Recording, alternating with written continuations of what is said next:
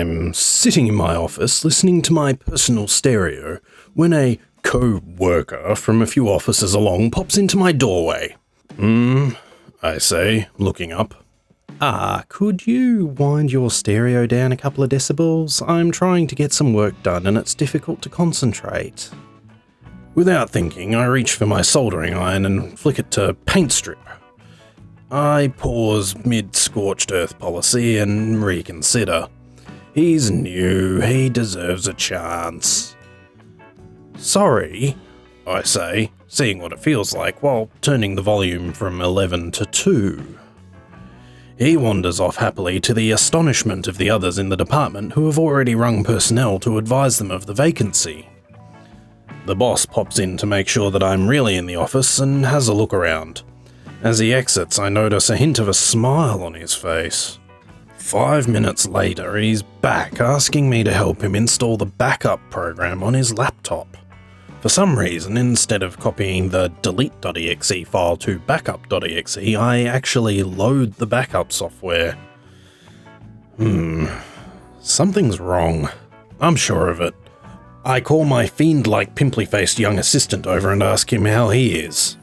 He tells me that today he's solved a couple of users' problems and helped repatch an accountant's machine after a move.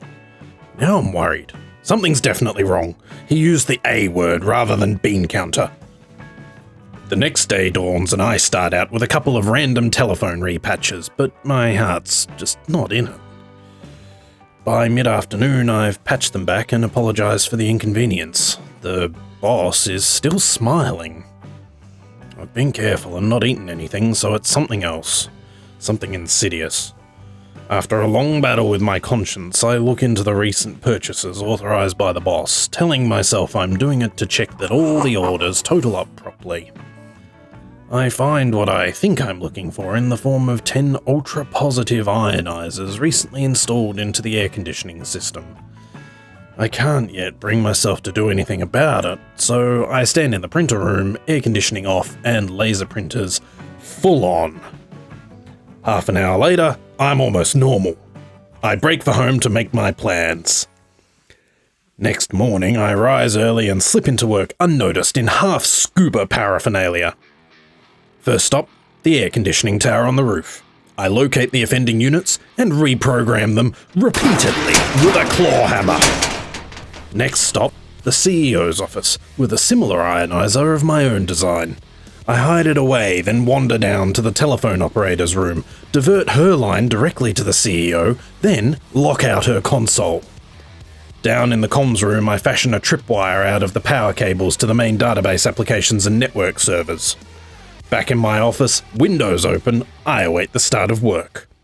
Nothing happens till 9:45 when the CEO, after 15 minutes of phone calls and exposure to my positive ion generator, calls the boss. I watch and call him immediately. The boss hangs up. "This is not the operator!" he shouts. "Yes, sir, I know that," I say, all kindness and understanding. "I just noticed that your phone seems to be receiving all the calls for the telephone operator, and her console appears to be locked. She's been acting a bit strangely the last couple of days. Well, as a matter of fact, we all have, I suppose. Now, I'll pop into the comms." The boss, in panic mode, sweeps through my room and rams the comms door open, ripping the power cables from the servers. I flip a quick cheesy grin at the boss as he looks in horror at what he's just done. "Home Team 1, your future job prospects, nil," I call out with my finger on the mute button. "Oh dear," I utter into the unmuted phone. "The boss has just had a little accident."